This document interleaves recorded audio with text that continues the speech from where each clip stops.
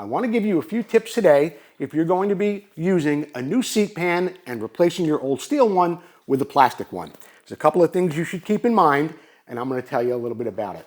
The seat pan you may be buying probably looks very, very similar to this. You're going to have to take some measurements off of your old seat pan to make sure it's going to line up on your bike correctly. The first thing you're going to want to do is make sure you cut your front mount out of your old steel pan, cut it out very cleanly. You're going to want to then measure where it was and put it in to the front of your seat. Once you get your old seat bracket off, you're going to want to mount it up at the front of your new seat pan, which will look similar to this. If you notice here, I've used the screws. Now, here's the tricky part, something you got to keep in mind.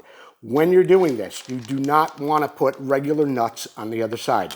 You want to use something like this or something like this. The one on the right is a Fuji nut. The one on the left, of course, is a nylock nut. These will make sure that those nuts will not come loose on the other side of your seat pan. If they come loose, you're never going to be able to tighten them. You don't want them to come loose. Make sure you put them on with a Fuji lock nut or a nylock nut. Now that you've got your seat mount bracket on the front of your pan, you'll know exactly where to put it on the bike. You need that to ensure the alignment of the seat pan.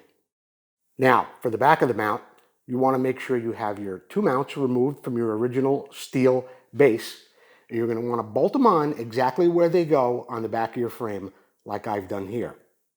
Now with your seat pan in place, you can go under the pan and you can see where the mounts are, and you can mark those holes accordingly. If you can't get to the one that's closer to the front of the bike, just mark the one at the back like you see it here, then take a measurement off the bracket and drill your next hole for your other bolt in the front of your seat.